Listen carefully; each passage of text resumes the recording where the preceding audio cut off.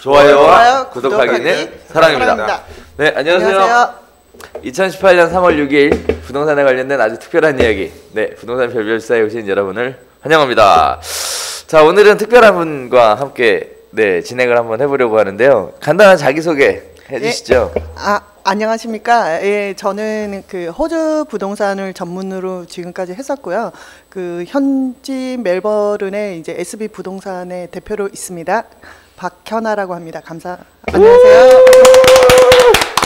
오늘 바쁘신 와중에 또 해외에서 또 이렇게 네, 자리를 마련해 주셔서 감사합니다. 네, 감사합니다. 네, 외국에서는 우리나라 부동산 어떻게 보고 있는지도 참 궁금한데 그런 얘기도 한번 나눠보도록 하겠습니다. 자, 오늘 준비된 첫 번째 이야기는요, 시장의 가장 큰 핫 이슈죠. 일대 재건축에 관련된 얘기부터 한번 시작해 보려고 하는데, 이게 지금 왜 핫 이슈가 되는 거죠, 소장님? 이제 사실 앞으로 재건축을 해야 될 때 중에서 어디가 최고가 될 거냐, 막 이제 그런 기대감이 되게 높은 재건축 단지들이 있죠. 네. 어디가 있을까요? 서울에서? 서울이지 뭐. 압구정? 압구정 현대 아파트? 압구정 현대. 네. 압구정도 이제 아직 지구단위계 확정은 안 된 걸로 알고 있는데, 압구정 3구역이라고 중앙에 이제 제일 좋은 위치에 저희가 이제 추진위원장 선거를 하는데, 추진위원장 후보 중에 한 분이 1대1 재건축, 그러니까 사실상 이제 1대1 재건축 방식이라고 소위 시장에서 얘기하는 그 방식대로 사업을 하겠다, 이제 그런 얘기가 나오면서 지난주에 좀 이슈가 됐어요. 1대1 재건축이면은 결국은 한 채 아파트를 철거해서 한 채를 짓겠다.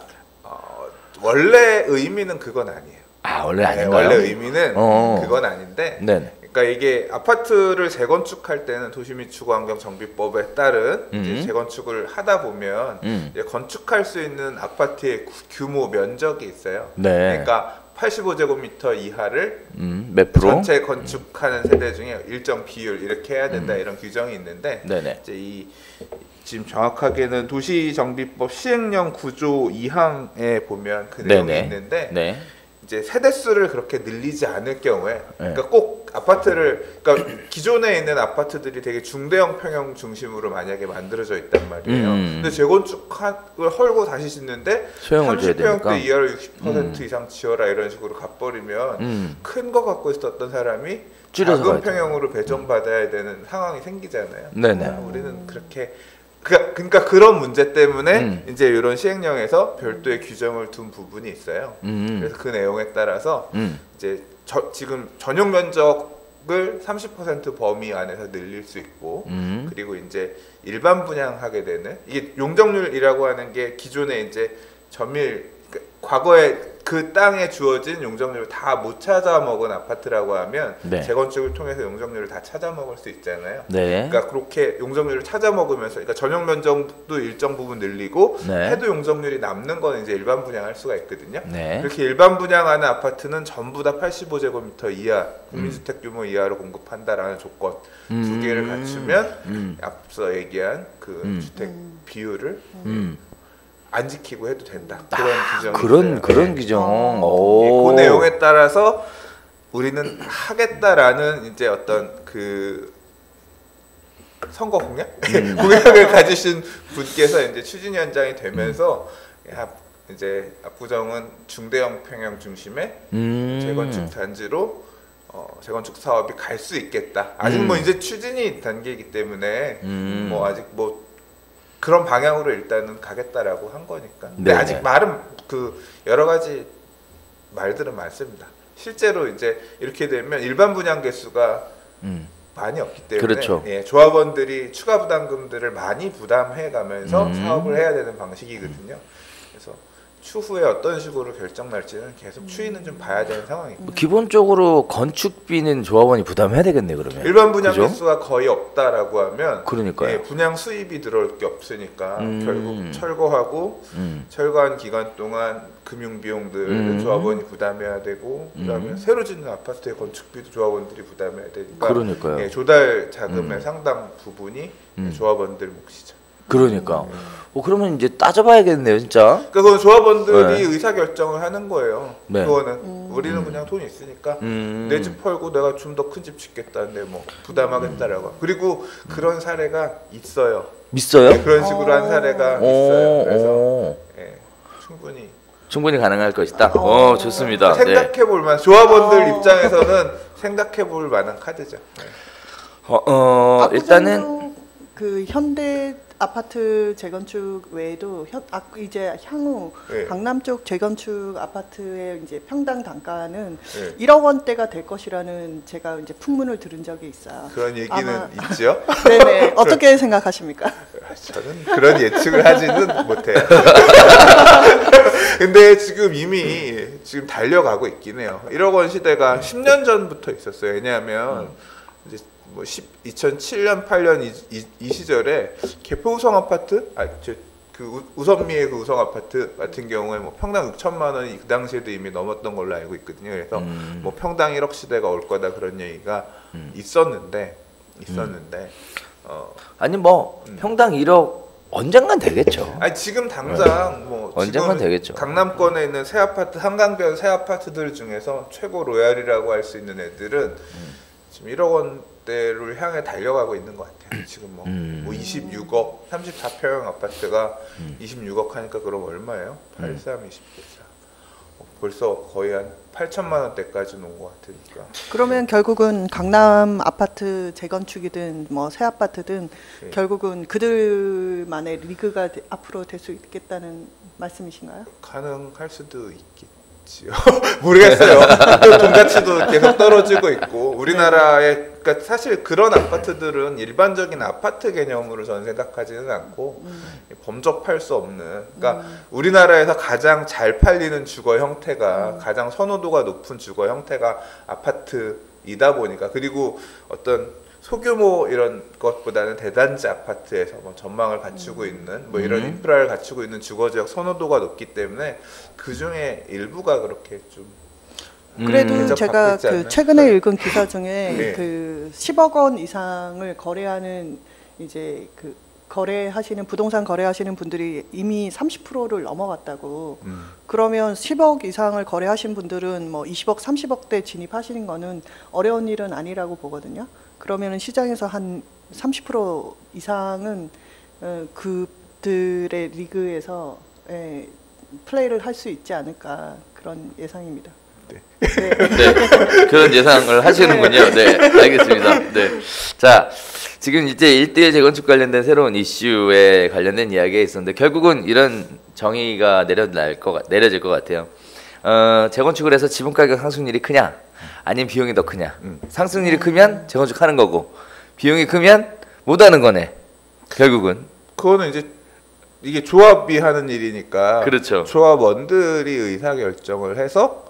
판단할 문제죠. 그러니까요. 네, 그래서 어차피 총회해야 되니까 뭐 안 남을 것 같으면 안 하겠죠. 근데 만약에 지분 가격 상승률이 더 클 것으로 예상이 돼서 재건축을 하면 그렇게 생각은 안 해요. 재건축을 하면 그때는 평당 1억의 시대가 오겠네요. 평당 1억의 시대는 그거하고 별개로 상관없이 갈 것 같아요. 그러니까 어차피 돈의 가치도 변하고 하면서 평당 1억의 시대는 그런 재건축 여부하고 상관없이 나올 수 있을 거라고 저는 뭐 생각하고요. 현재 뭐 홍콩이나 싱가포르 쪽은 이미 평당 억이 넘어가지 않았나요? 이미 2억 원도 넘어간 걸로 저는 알고 있는데. 일본도 아마 그럴 거예요. 네네네. 일본도 도심지 안에 핵심 지역들 같은 경우는 그런 말씀들 하시면 큰일 나요. 얼마나 싫어하시는데 지금 부동산 가격 지금 비싸다고 난린데 지금 평당 2억 1억도 지금 난린데 지금. 홍콩 같은 경우는 17평 아파트도 20억 30억 그게 10년 전 이야기거든요. 아 그래요? 네. 홍콩. 네, 뭐 홍콩도 중국도 되게 비싸. 중국은 지금 베이징 시내에 있는 쪽은 10억 원이 넘어간 지 한 5, 6년이 된 걸로 알고 있습니다. 평당이요? 아니 평당은 아니고요. 네. 그 전체 아파트 가격이 아파트의 평균 우리나라는 평균 중위 가격이 6억 7억 돌파했다는 얘기가 얼마 전에 기사에 있었던 것 같은데 중국 쪽이 훨씬 더 비싸. 훨씬 비싸죠. 아 그렇군요. 아 일단은 심리적 부담은 안 주시는 거죠. 근데 그게 정말로 말씀하신 부분이 와닿는 게 이게 30평형대 아파트가 10억이라고 하는 게 굉장히 낯선 금액이었거든요. 그렇죠. 예, 낯선 금액이었는데 지금은 강북 아파트 10억이 사실 흔해졌어요. 흔해졌고 그리고 그러니까 지금 어떤 느낌이냐면 강남의 아파트는 20억.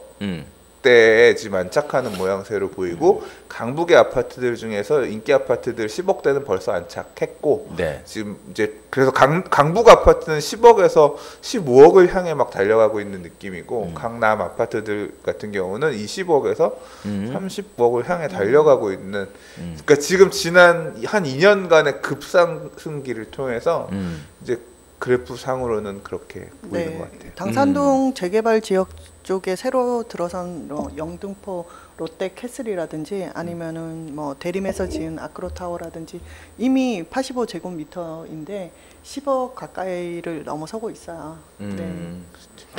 자, 그래서 지금 아파트 가격이 이렇게 상승하고 있다라는 얘기 간단하게 정리 한번 해보고요. 재건축 관련된 두 번째 이슈가 하나 더 있어요. 안전진단 기준이 강화가 돼가지고 오늘부터 시행. 그래서 어제부터 3월 5일부터.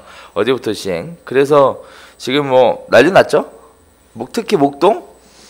이제 그 내용 때문에 지역들 간에 조금. 그러니까 말이에요. 그래서 뭐 지금 뭐 소송도 불사하겠다, 뭐 데모도 하고 뭐 하고 있는 것 같습니다. 사실 안전진단 강화를 해서 재건축을 안 하겠다, 시기를 늦추겠다. 다시 얘기하면 공급 시기를 늦추겠다. 뭐 이런 얘기하고 비슷한 얘기 아닐까 싶은데 이렇게 하면 시장에 안 좋은 영향 오는 거 아니에요? 사실 당장이야 뭐 좋겠지만 가격을 잡는다라는 가시적인 성과야 있겠지만 저는 정부가 지금 당장이 급한 것 같아요. 지금 당장. 당장이 급하니까 그런 카드를 쓰고 있지 않나 싶어요. 그러니까 지금 당장이 너무 불안한 거예요. 아까 말씀드린 것처럼 지난 몇 년간 부동산 가격의 상승률이 지나치게 그러니까 전체적인 부동산 가격이 아니라 서울의 특정 지역, 일부 지역들의 급상승들이 워낙 거칠었고 지금 그것을 막기 위해서 작년에 파리부동산 대책을 내면서 투기과열지구 지정하면서 조합원지 금지 변경 규정으로 거래를 막고 재건축 부담금, 재건축 초과이익 환수제를 올해부터 이제 부활시키면서 재건축에 대한 어떤 쏠리는 수요자들의 관심을 차단하려고 했는데, 그러니까 수요가 인근 지역 아직 조합 설립 인가가 나지 않은 투기과열지구의 다른 초기 단계의 재건축 쪽으로 이렇게 불똥이 튀는 모습을 보이니까 어떻게든 그 수요를 억제하고 싶었고, 그러니까 급한 불을 일단 끄기 위해서 초강수를 둔 것 같아요. 그렇죠. 자, 그러면 우리가 이렇게 또 한번 얘기해 볼 필요가 있을 것 같아요. 자, 정부에서는 지금 부동산 시장이 불안해서 초강수를 두고 수요를 강력하게 억제하겠다라는 취지의 정책을 펼치고 있는데, 자, 우리 박혜라 대표님, 해외에서는 어떻게 보고 있나요? 우리 부동산 시장에 대해서? 해외에서 한국 부동산에 대해서 크게 관심 있는 분들은 이미 제 생각에는 교민분들이라고 생각을 하고요. 근데 교민분들도 이제 이미 뭐 오세아니아 지역이나 뉴질랜드나 호주 같은 경우는 이미 집값이 많이 상승했기 때문에 한국으로 진입하는 데는 크게 문제는 없어요. 보통 중간 가격이 시드니나 멜번 같은 경우는 거의 10억 원에 육박을 하고 있기 때문에 이제 뉴질랜드 쪽도 이제 그 교민분들이 다시 여기민으로 한국으로 온다고 했을 때 뭐 크게 진입할 수 있는 거는 뭐 괜찮다고 보는데, 일단은 이제 동남아시아 쪽에 있는 교민들 같은 경우는 사실은 그 동남아로 한국 분들이 나가시는 이유 중에 하나가 한국 부동산의 천정부지로 오르기 때문에 이 10억 원의 가치가 예전에 1억 원의 가치하고 맞먹는다고 보시면 돼요. 그렇다 보니까 이 내가 열심히 10억 원도 아무나 갈 수 있는 돈이 아닌데, 이 10억 원을 내가 이제 노후에 사용했을 때 이거는 가치가 없는 거죠. 그러다 보니까 이제 최근에 트렌드가 이제 은퇴하신 분들은 대부분 이제 동남아시아로 가서 저렴한 2, 3억대 아파트를 구입하시고 나머지 금액들은 좀 나름 거기서는 호화로운 생활을 할 수 있다는 거죠. 그런 이제 컨셉으로 가는데 그러면 이제 추후 그분들은 이제 한국으로 돌아오기가 굉장히 힘들다라는 말이 되는 거고요. 네. 그렇구나. 옛날에 강남 그거 할 때 그 수선하고 분당 나가시는 분들 하시는 말씀이네. 네네 맞습니다. 그게 글로벌해지는 건가요? 네. 일단은 뭐 그런 추세로 갈 거니까 해외에서 선진국 쪽은 뭐 별반 나쁘진 않는데.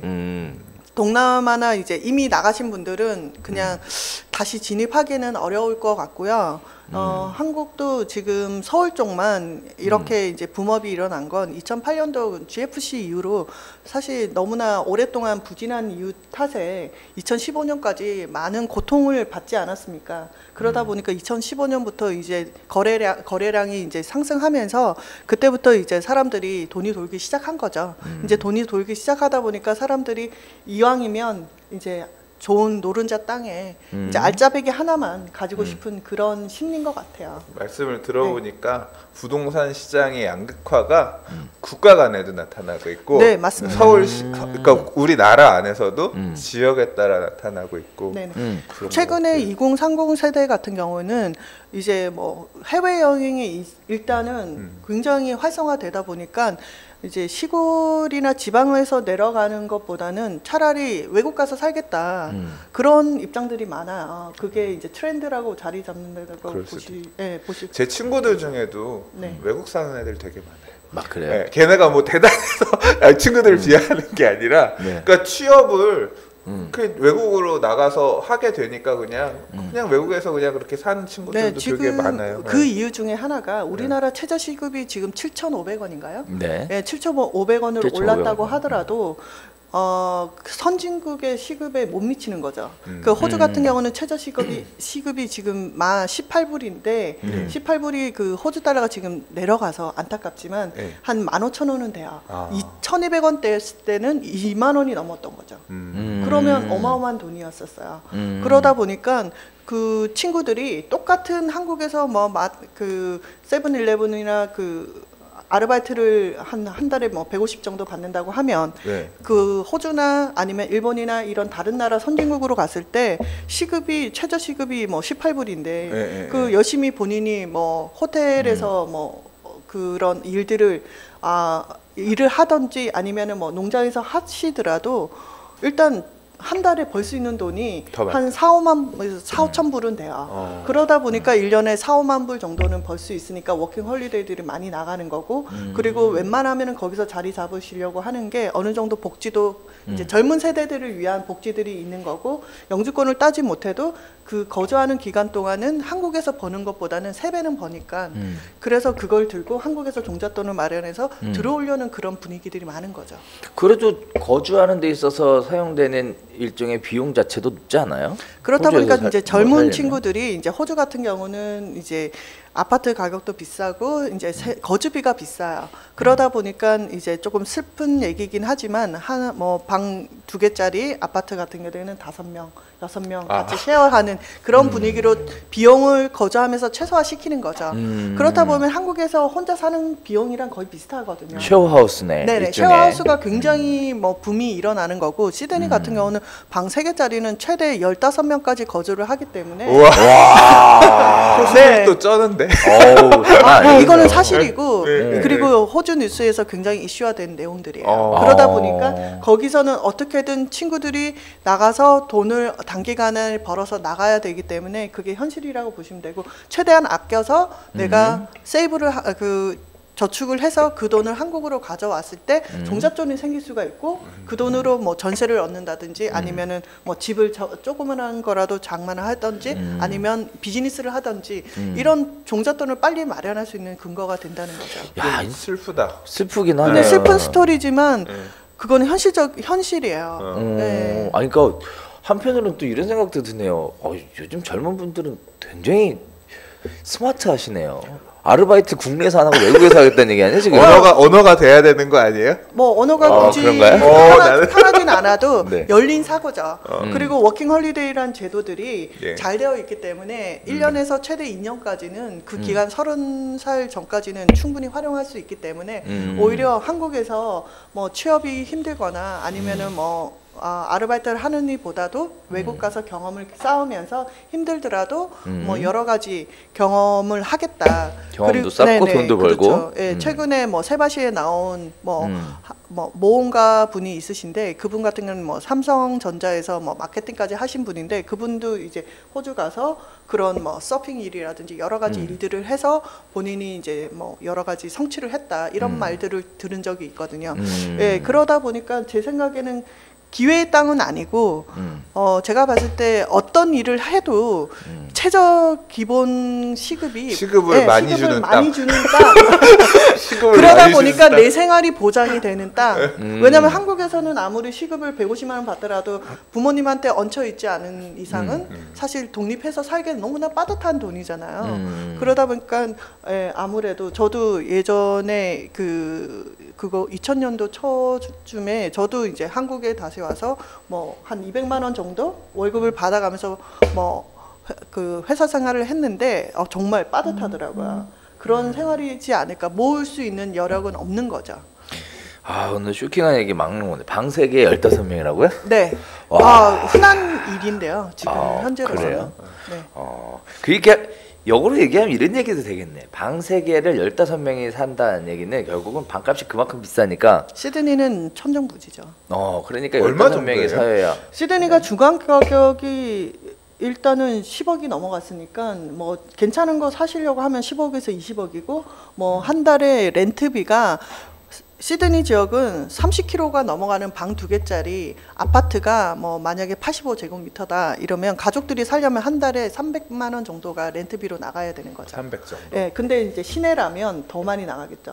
4,000불, 5,000불 정도면은 뭐 350만 원, 400만 원 이상이 나가야 되니까 그 비용들을 젊은 친구들은 줄인다는 거죠. 근데 그럼에도 불구하고 호주로 오는 이유 중에 하나가 최저 시급이 높기 때문에 급여 일단 월세가 그 정도 되니까 나눠서 분배하면서 그렇죠. 각자 열심히 벌자 이런 상황인 거네요. 네. 그렇군요.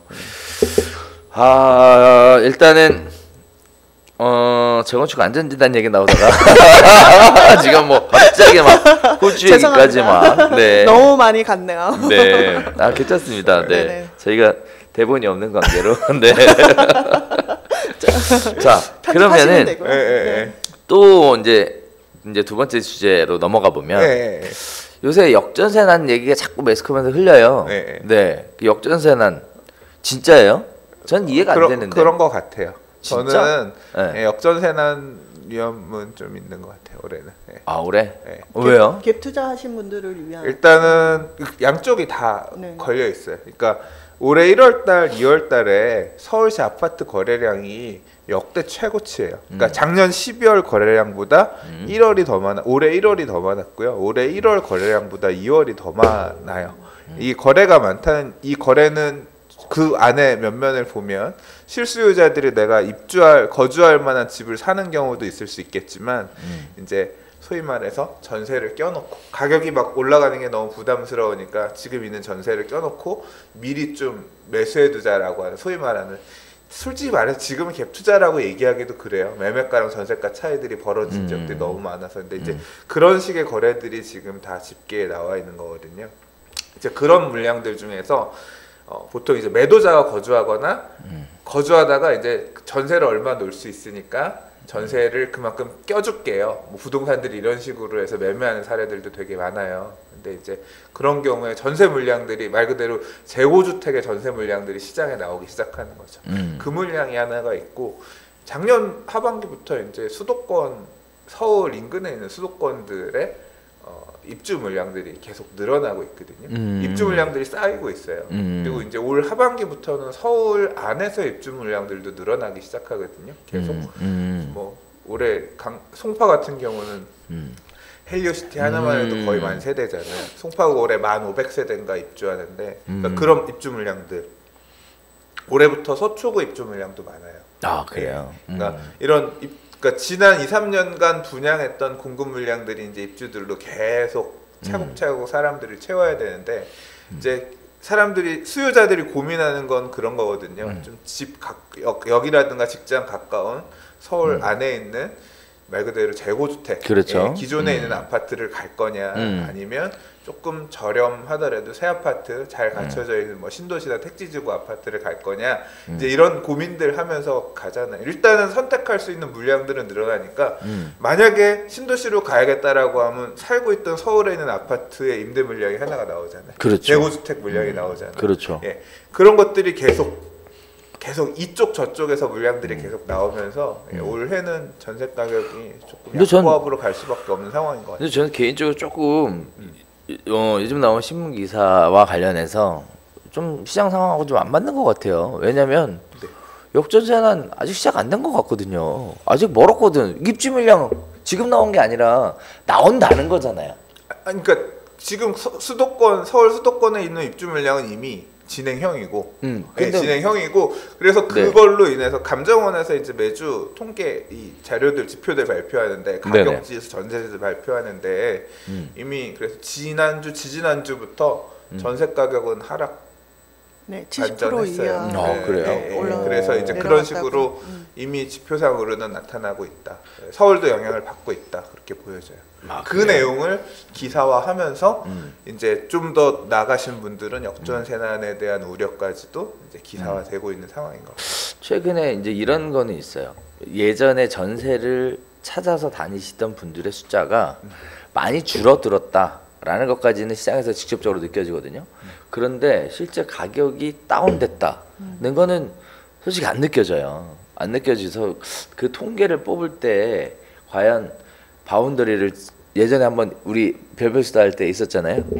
이만큼 잡아갖고 할 건지 이만큼 잡아서 할 건지 구체적으로 한번 따져봐야 되지 않나 싶습니다. 어쨌든 제가 지금 느끼기에는 강남 쪽의 이슈로 볼 때 전세 가격의 하락은 이루어지지 않는 걸로 그렇게 판단이 되고 있습니다. 뭐 좀 더 알아보셔야 되겠지만, 그러니까 애매한 지역들, 약간 애매한 지역, 그러니까 현재까지는 수도권 입주 물량에 영향을 끼치는 거는 그 인근에 있는 재고주택들 이런 쪽의 임대 시장이거든요. 아마도 그런 쪽 영향이 좀 있을 것 같고, 말씀하신 것처럼 제가 이제 어떤 이해관계를 맺고 있는 지역들 같은 경우는 전세 가격이 그렇게 효과가 많이 빠지진 않았어요. 사실은 빠지지는 않았는데 문제는 뭐냐면 나가지를 않아요. 있는 물건들이 나가지 않아서 주긴 했어. 그래서 만약에 그게 안 나가면 사실 지금 또 3월 학기 시작했기 때문에 이제 사실 어떻게 보면 비수기거든요. 그렇죠. 지금 이제 임대가 나갈 시기는 아니에요. 이제 그런 물건들 급한 물건들이 급매로 나가기 시작하면 가격이 좀 가격대는 그럼 떨어질 가능성이 있다라는 그런 정도죠. 좋습니다. 일단은 시장의 역전세난에 관련돼서는 지역별로 좀 편차가 있다. 이렇게 보면 좀 더 정확한 얘기인 것 같고요.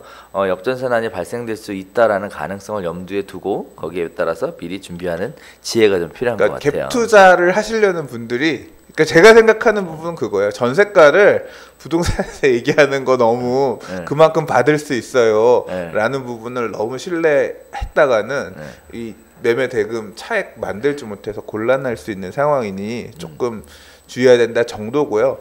사실은 이게 전세가 이제 재계약하는 임대인들 있잖아요. 그런 사람들은 별로 상관이 없어요. 그렇죠. 왜냐하면 2년 전에 비해서 지금 지난달, 지지난달보다 조금 떨어진다 뭐 이런 얘기지, 사실 2년 전에 전세 계약했던 것보단 다 올라 있거든요. 그래서 사실 그런 경우는 크게 걱정할 만한 수준은 아닌 것 같아요. 그 솔직히 제가 좀 더 돌직구를 날리자면 갭 투자하지 말래요.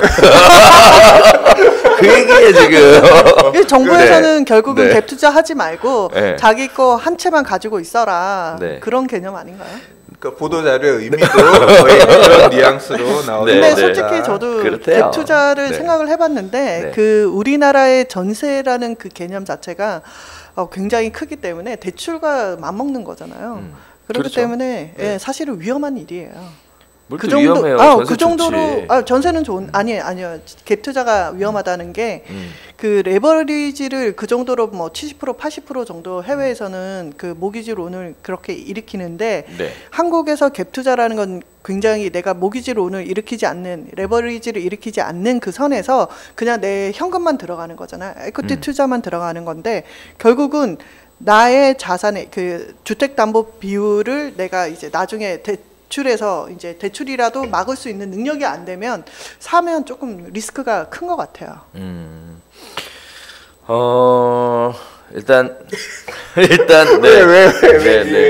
그게 아니라 말씀하신 중에 또 딴 생각을 해서 방송 사고 날까봐 지금 입 닫고 있는 중입니다. 네. 아 제가 이제 파이낸스. 네 지금 약간 저는 생각이 다른 게 뭐냐면 이게 정부가 지금 부동산 시장에 대출을 엄청나게 타이트하게 막았어요. 우리나라는 작년 파리 대책에서 제일 처음 건드린 게 부동산 시장으로 들어가는 대출 자금을 막은 게 제일 커요. 그리고 올해 신DTI라 그래서 이제 더 세게 막기 시작하고 DSR 등등해서 집을 구입하는 데 있어서 금융권 자금을 갖고 오는 것을 앞으로 계속 타이트하게 막거든요.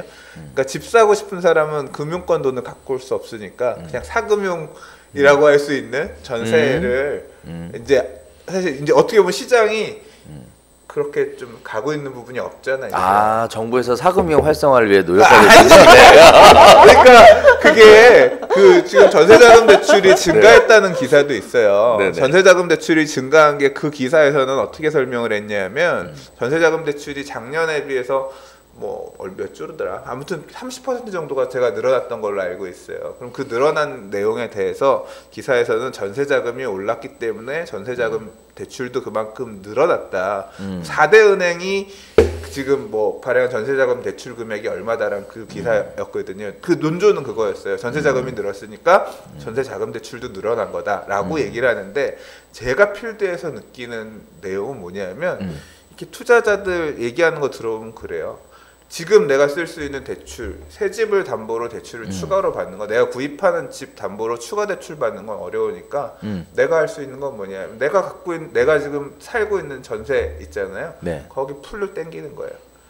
이걸 땡기면 이 대출 끌어갖고 와서 새집 갭투자하는 거예요. 전세 끼고 사는 거예요. 이런 식으로 활용되는 자금도 저는 일정 부분 들어갔을 거라고 생각하거든요. 우리나라만에 있는 정말 그거는 사금융 제도네요. 외국에는 그렇죠. 볼 수가 없는. 그러니까요. 좀 그런 부분들이 영향이 어느 정도 있을 거라고. 근데 최근에도 월세 전환율이 굉장히 높아지고 있는데 그런 추세라고 하면 DTI를 정부에서 누른다고 하면 전세에서 이제 월세로 가는 비율이 굉장히 이제 천천히 더뎌질 수 전세에서 있거든요. 다시 월세로 가기 어려워지죠. 네. 왜냐하면 임대인들 입장에서 과거에는 대출 받아서 월세 놓는 선호도가 높았는데 이제 앞으로는 만약에 다주택자 같은 경우는 임대 사업자 내거나 이런 그런 식으로 가지 않고서는 대출을 끼고 월세 받기가 대출이 안 나오니까 막막해져요. 그러면 그런 경우에 호주에서는 대출을 DTI, LTV 이런 여러 가지 제도가 우리나라에 있는데 호주에서는 어떻게 대출해줘요? 네, 호주도 똑같고요. 그 신용 쪽으로 이제 개인적으로 철저하게 소득을 바탕으로 합니다. 그럼 DTI라는 네, 얘기네? DTI죠. 네, 담보물도 이제 감정 평가를 통해서 담보물에 대해서는 이제 적정선이 80%라고 보고 있거든요. 80%? 네네. LTV 80이라는 얘기예요? 예전에 이제 그 GFC 전까지만 해도 그 미국이 서브프라임 모기지 사태가 일어난 게 110%를 빌려줬기 때문에 근데 저도 호주에 있으면서 110% 상품들을 흔하게 봤어요. 105% 상품을 주는 게 취득세, 등록세까지 빌려주는 거죠. 그러니까 돈이 없어도 제로 마니어도 키를 받을 수 있다는 광고를 봤어요. 근데 GFC 이후로는 이제 호주 정부가 이제 호주 정부 자체도 그렇고 금융 쪽도 그렇고 이제 그 90% 이제 최대한 90% 서울은 몇 프로인지 아세요? 네, 60% 아닌가요? 그게 서울은 진짜 알짜배기 서울이라고 불리는 투기 지역은 몇 프로인지 아세요? 50%? 빵 프로예요 지금. 빵 프로예요? 네. 아 그래요? 대출해 주려면 목숨 걸려요 지금. 그게 이제 지금 그 금융위에서 정해놓은 가이드상으로는 30%인가 그럴 거예요. 네. 30%, 40% 제가 조금 그런데, 디테일하게 얘기하자면 주택 쪽은 이제 80%에서 90% 사이를 해주는데 보통은 80%가 안정권이라고 봐요. 어느 정도 에쿼티 투자는 한 20%를 해야 된다. 자기 자본이 있어야 된다고 보는 거고 보통 이제 커머셜 상업용 같은 경우는 60%. 많게는 70%까지만 해줘요. 근데 이제 얘네들도 똑같이 하이 리스크 지역이 있죠. 그런 거는 하이라이즈라는 이제 고층 빌딩이라든지 이런 것들은 조금 비싸다 고평가돼 있다고 생각을 하니까 얘네들이 LVR이라든지 이런 것들을 낮춰버려요. 그러다 보니까 이제 실질적으로 그런 리스크가 있는 지역은 한 70% 정도라고 보시면 돼요. 그러면 얘네들이 봤을 때 적정 수준은 70%가 굉장히 안정적인 거고 그 퍼센트 자체가 지금 서울시에서 규제하고 있는 내용보다는 한참 더 높은 거라서 별로 안 하다. 근데 그게 0%라니까 0%. 사람들이 시장 그 부동산 시장에 대해서 진입을 할 수 있는 적정선이라고 봐요. 한국처럼 돈이 현금을 많이 모아서 집을 사는 구조라고 하면 서민들은 절대 집 사기가 힘들어요. 그쵸. 그러면 정부가 그 부모님한테 뜯어내야 된다는 건데 저희가 사실은 구조 자체가 부모님들이 자금을 받아서 저희는 뭐 그게 이제 부모님 선물이라고 생각을 하죠. 선물을 받아서 이제 전세부터 시작해서 그 전세를 담보로 해서 이렇게 집을 사야 되는 그런 구조면 우리나라 노인 빈곤층이 계속해서 이게 문제 해결이 안 되는 거죠. 사실 제가 좀 약간 정정을 해야 될 부분이 있는 게 서울도 아까 말씀드린 것처럼 뭐 DTI가 30, 40 그 얘기는 아니고요. 이 무주택자, 그러니까 주택을 안 갖고 있는 분에 대해서 적용되는 LTV랑 그 다음에 다주택자 이미 주택을 갖고 있는 사람들이 맞습니다. 부담해야 되는 그 LTV 기준이 달라요. 그래서 아까 뭐 30%다 뭐 이런 거는 조금 기준이 다른 거고요.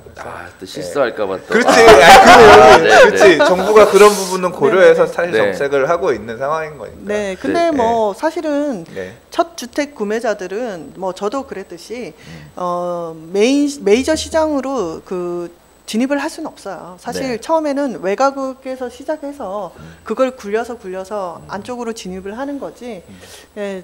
사실 흙수저로 태어났는데 저희가 무슨 수로 모아서 합니까? 일단은 뭐 전세 자금이라도 대출을 받던지 아니면 뭐 어떻게 자금을 융통을 하셔서 최대한 집을 사셔서 안정적으로 사시는 게 최대의 목표겠죠. 그러게 말이에요. 그러면 호주에서 한 7년 아르바이트 하면 어떻게? 종잣돈은 충분히 모을 수 있겠죠. 네. 자, 마지막으로 하나 더 이야기하고 오늘 좀 정리를 좀 해볼까 하는데요. 어쨌든 이제 이슈는 결국은 직접 투자하지 마라. 갭 투자하지 마라. 재건축하지 마라. 사지 마라. 결국 이렇게 지금 방향성은 갖고 수요 있어요. 억제를 아주 그렇죠. 네. 끝까지. 자, 그러면 이거를 좀 오셨으니까 직접 투자는 하지 말라. 그럼 간접 투자는 어때요? 간접 투자 같은 경우에도 지금 이런 규제가 없잖아요. 지금 펀드나 리츠 뭐 이쪽으로는. 제가 본 사례는 이제 해외 쪽 이제 기관들이겠죠. 해외 쪽 이제 부동산 특히나 이제 안정적인 그러니까 세입자들이 정부 기관이라든지 이제 안정적으로 뭐 그 세입자들이 이제 지켜주는 그런 것들인데 제가 봤을 때는 그것도 그 직접 투자로 내가 투자를 하지 않는 형태이기 때문에 아무래도 중간에 이제 수수료가 발생을 하는 거잖아요. 그러다 보니까 해외 물건들이 대부분 7%에서 8%를 요구 수익률로 이제 원하시는 분들이 많은데 근데 결국에 엔드 유저 이제 결국은 소비자들이 내가 돈 낸 사람들은 결국은 5% 가져가는 거죠. 왜냐하면 중간에 중간에 그러면 금융기관들이 배불리는 형태로 가야 될 수밖에 없는 거죠. 내가 직접 투자로 내가 해외로 갔다고 하면 내가 충분히 6%까지는 내가 받을 수 있고 물론 세금도 한국에서 해외에서 세금을 내면 한국에서는 다시 이중과세를 부과하지는 않으니까 한국에서는 그 세금도 돌려줘요. 근데 그 구조만 개인들도 잘 알고 있다고 하면 직접적으로 뭐 100억, 200억이라든지 이런 투자는 쉽게 6% 정도는 찾을 수는 있는데 사실 기관을 통해서 이렇게 간접 투자를 하다 보면 중간에 그 수수료 마진들이 너무나 크기 때문에 뭐 제가 듣기에는 최근의 트렌드는 어차피 은행에서 이제 패시브 프로그램 쪽으로 패시브 이제 투자 쪽으로 넘어가다 보니까 이제 수수료 싸움이잖아요. 그러다 보니까 이런 데서 이제 수수료를 많이 이제 가져가려는 그런 분위기나 움직임들이 있다 보니까 결국은 그렇게 되면 엔드 유저들이 간접 투자를 하게 됐을 경우 걔네들 눈높이는 결국은 5%에 머물 수밖에 없다는 거죠. 그러니까 이제 그거는 중간에 뭐 좋은 기관들이 좋은 물건들을 매입을 하지만 결론적으로 엔드 유저들은 늘 많은 수수료를 지불하고 나한테는 크게 큰 메리트는 없다는 거죠. 앞으로는 또 금리도 상승할 거잖아요. 그렇게 되면은 이미 이제 뭐 예금 금리 같은 경우는 2%대를 가고 있는데 2%가 또 넘어갈 수도 있어요. 네.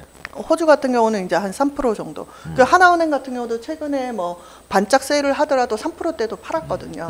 그러면 뭐 4% 뭐 5% 가는 거는 이제 금방이라고 보는데 뭐 제 간접 투자로 해외 부동산을 사야 되는 그런 펀드는 뭐 저도 그 1%대 하긴 했지만 지금 상황에서는 좀 너무 중간에서 정말 이게 그 저희가 NGO도 아니고 수수료를 떼야 된다는 구조라고 하면 오히려 뭐 조금 그러니까 결국은 직접 투자를 더 선호한다. 직접 투자는 애로 사항이 많아요. 네, 여러 가지 또 애로 사항이 많긴 하죠. 간접 투자는 또 수수료가 비싸다. 그렇죠. 네. 자, 그럼 하나만 여쭤볼게요. 네네. 호주에 있는 사람들도 직접 투자의 선호도가 높아요? 간접 투자의 선호도가 높아요? 호주는 직접 투자가 선호도가 높죠. 높아요? 그럼 똑같네. 네. 자. 상품이 우리나라도 없잖아요. 사실 간접 부동산 투자 상품 자체가 한국은 없죠. 리츠라는 상품 자체가 발달을 하지는 않았고요. 그게 2010년도에 도입이 되려고 하다가 붐이 일어나다가 한국에서는 그렇게 붐이 일어나질 못했어요. 근데 호주 같은 경우는 리츠나 이런 그거 재간접 투자 펀드 같은 경우는 상장이 돼서 개발 프로젝트도 굉장히 성행을 했거든요. 지금도 하고 있고 지금 이제 한국 내에서 오피스 빌딩이라든지 이제 수익률이 안 나오다 보니까 해외로 나가서 이제 최소한 6% 7%대를 찾고 있어요. 근데 이제 그런 것들을 잘 찾아서 지금 매니지먼트를 잘 하긴 하는데 일단은 이제 너무 이제 엔드 유저들도 사실 거기에 대한 해외 부동산 투자에 대한 스터디가 너무 안 돼 있다 보니까 수익률 좋고 안정적인 자산이어도 지역이 모르면 나는 몰라. 나는 가기가 힘들어. 약간 두려워하는 그런 이제 게 많다 보니까 기관들도 그렇죠. 어차피 대도시를 선호할 수밖에 없는데 최근에는 선진국 대도시에는 사실은 5%도 나오기 힘듭니다. 그게 현실이에요. 근데 뭐 그게 또 정상이죠. 뭐 네, 맞아요. 가보지도 않고 알지도 못하는데 뭐 누구 얘기만 듣고 하기는 좀 그렇잖아요. 해외 투자는 되게 두려워하는 사람이거든요. 그러니까 두려워하는 사람이 아니라 해외 투자를 할 만큼 돈도 없고 우리나라에 좋은 거 많은데 굳이 뭐 이제 그런 사실 마음인데 그렇게 생각하게 된 원인 중에 하나가 뭐냐면 환율이에요. 그러니까 제가 이 2000년대 초중반에 그 서울의 용산에 유수에 이제 건물들 등기를 좀 떼볼 일이 있었거든요. 떼봤는데 저당이 근저당이 뭘로 잡혀 있냐면 N으로 잡혀 있어요. 그러니까 돈을 빌려준 회사가 소위 말하는 그 엔캐리 그것처럼 이제 그 돈을 갖다가 금리가 싸니까 일본은 일본 은행으로부터 N으로 돈을 빌린 거예요. 그래서 맞아요. 제가 그 당시에 보면서 역시 이 일본이랑 거래하고 이런 회사는 N으로 돈을 빌리는구나. 그래서 되게 그 당시에는 금리가 막 올라가던 시절이었기 때문에 금리 차이가 크니까 여기는 똑똑하다 그랬는데 금융위기가 왔잖아요. 그러면서 원화의 가치가 이제 급락했잖아요. 그러니까 빌릴 때는 1억을 빌렸는데 우리나라 돈을 갚을 때는 2억을 갚아야 되는 상황이 생길 수가 있는 거야. 그런 환율 문제가 발생을 할 수 있는. 되게 그러니까 내가 뭐 투자해서 반대도 생길 수가 있죠. 반대의 경우는 지금 상황은 제가 봤을 때는 반대라고 봐요. 그러니까 왜냐하면 2008년도 때는 모든 환율이 원화 가치가 떨어졌기 때문에. 그러니까 그런 리스크까지 고려해. 그러니까 부동산 투자라고 하는 게 사실 우리나라에서 해외 부동산 투자를 할 때는 환해지를 고려를 하셔야 돼요. 하지만 환해지를 지금 상황에서 할 필요는 없는 게 지금은 환율이 원화 가치가 상승했기 때문에 환율이 웬만하면 괜찮아요. 그리고 이제 호주 같은 경우도 지금은 저점이라고 보시면 되고 작년 2008년부터 2011년까지 1,200원대였어요. 대표님 말씀은 원화 강세가 지금 현재라는 거죠. 앞으로 계속 더 심해질 거다. 아니요, 원화 강세는 원화는 어떻게 그 변동될지는 미지수예요. 왜냐하면 북한이라는 리스크가 굉장히 크기 때문에. 북한도 나왔어. 북한이 3시간 만에 나오셨대요.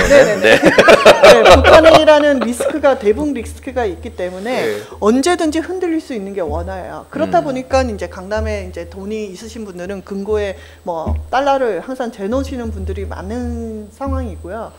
뭐 지금 사실은 제3국 돈으로 이제 바꿔놓는 게 이제 기관들도 사실 어찌 보면 한국에서 수익률은 안 나오지만 해외도 뭐 그거보다 조금 좋으니까 나가긴 하시겠지만 사실은 포트폴리오를 포트폴리오를 만들어 놓는 그 리스크죠. 지정학적 리스크가 굉장히 큰 게 한국이에요. 우리나라밖에 없잖아요. 분단 국가는. 그러다 보니까 해외로 나가는 거지. 환율은 지금 상황에서는 가장 좋다고 보고요. 지금 나가지 않으면 또 대북 리스크라든지 어떤 여러 가지 요인들이 있을 때 원화 가치는 많이 떨어질 가능성이 있다고 하면 지금이 적정기라는 거죠. 네. 그럼 이제 결국은 두 분의 이야기를 종합해 보면 이런 결론이네요. 자, 일단은 해외 부동산으로 나간다는 거에 대한 리스크가 있다는 거예요. 뭐 네. 환율에 대한 부분, 환율에 대한 정보에 대한 부분, 그렇죠. 네, 언어에 대한 부분, 뭐 여러 가지 리스크가 존재를 한다. 자, 그 리스크가 수익률로 보상을 받을 수 있다면 해외 부동산 투자는 가치가 있는 상품인 거고, 네. 그렇죠? 만약에 없다면 아닌 거고, 네, 결국 이렇게 결론이 나오겠네요. 그러니까 네. 한국 같은 경우는 뭐 분산 투자를 할 수 있는 지역이 서울밖에 없잖아요. 뭐 서울도 뭐 아파트, 주택, 그리고 뭐 상가, 그리고 뭐 조그만한 오피스, 뭐 이 정도인데 분산 투자를 할 만큼 자산이 많아요. 그게 문제야 지금. 가장 결정적인 문제. 아유, 나도 건물 갖고 싶고 상가도 하나 갖고 싶고. 근데 그 해외 쪽에서 어차피 이제 잘 활용을 하시면 해외에는 대출이라는 제도가 있어요. 네네. 그렇다 보니까 그 해외의 소득을 인정을 해주는 국가들이 많거든요. 그렇다면 레버리지를 현지에서 이용하시면 그리고 우리나라처럼 전세가 아니에요.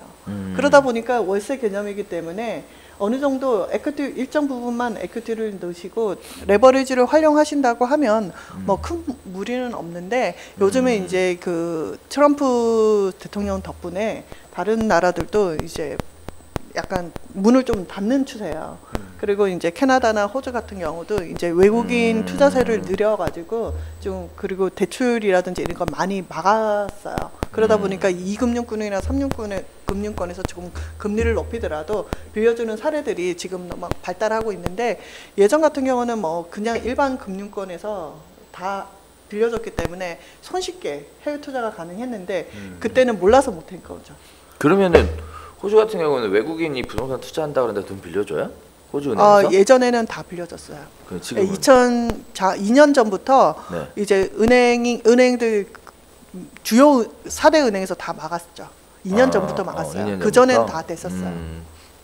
우리나라는 어렵거든요. 80%까지 네. 빌려줬어요. 네, 그래서 그러면 대출 어떻게 받아요? 지금 현재서는 이제 역으로 2금융권을 가시던지 아니면 한국에서 담보대출을 받으시면 왜냐하면 한국에서는 2%대로 1%대나 2%대로 가져가시고 해외로 돈을 가시면 이제 그게 환도 이제 지금 낮아진 상태고 한국에서는 이자도 낮게 받으니까 돈 그렇게 네. 보낼 수 있나요? 무제한입니다. 아 그래요? 세금 안 내요? 세금은 자금 출처 조사 뭐 이런 그거는 거? 부동산에서 나와서 그렇지. 대출로 나갔기 때문에 자금 출처는 확실한 거고요. 그리고 그 돈으로 사실 한국의 금리가 싸니까 2%대잖아요. 그러니까 우리나라 네. 은행이 네. 외국의 집을 담보로 대출을 빌려주는 아니죠. 한국에 있는 집을 담보로 해서 네, 담보로 대출하면 한 2% 정도인데 그 돈을 받아서 송금을 네. 그 해외 부동산을 취득했다는 걸 한국은행에다 신고를 하면 무제한으로 나갈 수 있어요. 예. 그러면 그 돈으로 매입을 해서 렌트를 받으면 최소한 뭐 하우스 같은 경우는 3-4%지만 뭐 아파트 같은 경우 5% 6%도 받을 수 있거든요. 그렇게 되면 이제 내가 대출을 갖고도 원금이 남으니까 그거를 활용할 수 있는 거죠. 그런 여러 가지 뭐 상품들이 많았었어요. 그러면 이제 호주 캐리 되는 건가요? 호주는 지금 현재에서는 너무 이제 가격대가 많이 올라 있어서 네. 사실 들어가기에는 얼마나 올랐어요? 지금 제가 처음에 2008년부터 부동산을 시작을 했는데요. 네네. 그때 이제 그 중간 가격이 40만 불도 안 됐었어요. 근데 지금 현재는 그 멜버른이 중간 가격이 85만 불이에요. 한 2배 10년 동안 2배 그렇죠. 조금 더 올랐네. 더블업이 됐죠. 예, 10년 동안 바로 더블업이 됐는데 사실 그 이상의 뭐 학군 지역이라든지 이런 지역들은 한 3배, 4배 올랐죠. 네, 2000년대 중반에는 50만 불이었던 집이 지금은 뭐 20억, 30억도 하니까. 네네. 우리나라 가격만 부동산 가격만 올라가는 게 문제가 아니라 호주 가격 올라가는 것도 그러니까 호주 정부 걱정이겠네. 네. 전문가분들이 네. 통계를 가지고 네. 부동산 가격들 가지고 통계를 가지고 서울의 집값이 우리나라의 집값이 상대적으로 덜 올랐다라고 하는 내용이 확 와닿네요. 네, 맞습니다. 네, 맞아요. 네, 대도시 특히나 시드니나 뭐 멜버른 같은 경우는 지금은 탑 5 안에 드는 집값이라고 보시면 되고요. 미국도 이 정도는 하진 않아요. 그래요? 네, 그 저도 미국 집값이 너무 부럽습니다. 20만 불 때도 살 수 있으니까. 미국으로 가야 된 거예요, 그럼? 중국이 우리보다 아까 비싸다고 그러셨잖아요. 네, 그 베이징 쪽은 뭐 10억대 넘은 지가 벌써 몇 년 전이에요. 큰일 났네. 트럼프가 그래서 거품구나. 그건 싫은데. 자, 오늘 이야기는 요쯤 진행하면 될 것 같아요. 자, 오늘 크게 몇 가지냐? 3가지 이슈 한번 나눠봤는데 일단 재건축에 관련된 이야기 한번 나눠봤고요. 얼마 안 했어. 자, 다음에 역전세난에 관련된 이야기 한번 나눠봤고, 그 다음에 직접 투자 뭐 여러 가지 외국 호주에 관련된 사례를 통해서 실제 양쪽 나라가 어떻게 부동산 시장을 바라보는 게 어떤 게 같고 어떤 게 다른지, 그리고 어떤 차이들이 있는지 이런 것들 한번 살펴봤는데 나름대로 귀한 시간 내주셔서 유익한 방송이 진행될 수 있도록 자리 마련해 주셔서 감사합니다. 그러니까 얘기를 들을 수 있는 좀 시야를 넓혀서 생각을 하는 게 중요한 것 같고요. 네. 제가 봤을 때도